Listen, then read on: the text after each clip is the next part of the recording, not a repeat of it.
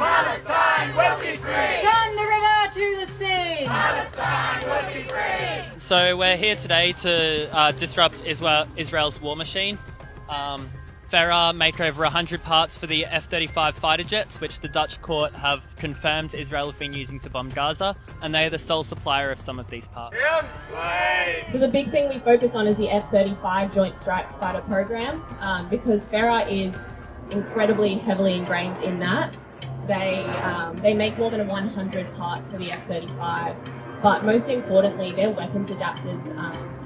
The F-35 weapons adapters only come from here. No other company in the world makes them, which means we know that every single F-35 flying around in Israel, of which they have 50, and they've ordered another 25, so that's 75 in total.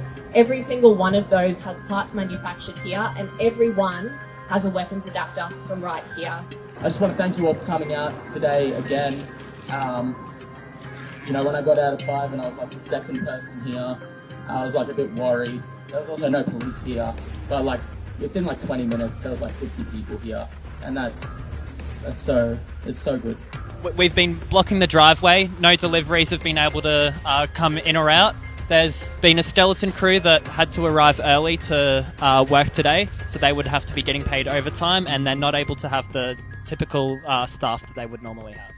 Another really important thing to know about Ferra is how intricately connected they are with Boeing.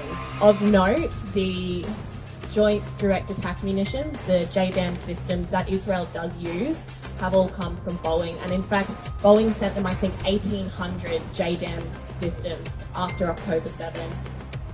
These are the things that turn dumb bombs into guided missiles, and this is what allows for Israel to essentially strike and target individuals and their families in their homes in Gaza.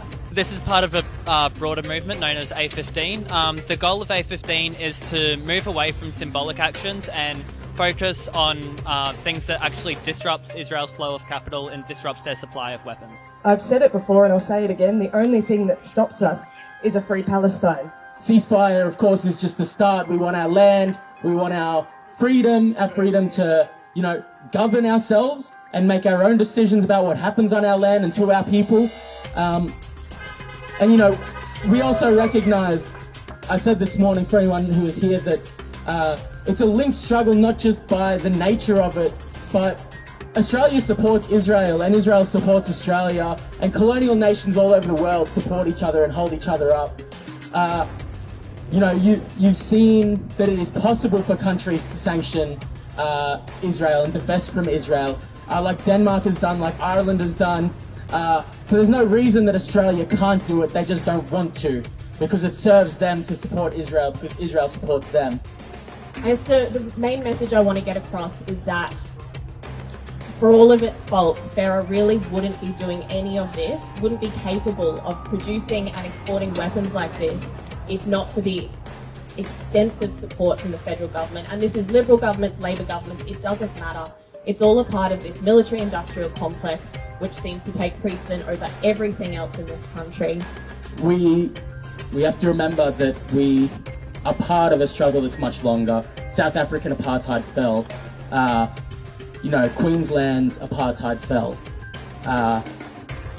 There is regimes all across the world that have risen and fallen, and the genocidal apartheid occupying regime of Israel will fall. It's not a matter of if, it's a matter of when. It will fall. And, you know, we will be like those elders from my community, my grandfather and Uncle Bob. We'll be able to tell our kids the stories of how we fought against apartheid and genocide and occupation. I think that that's something that we should all be proud of, and something that we should continue to strive for, and, you know, a future where we can tell our kids how we helped bring down one of the most brutal occupations of our lifetime.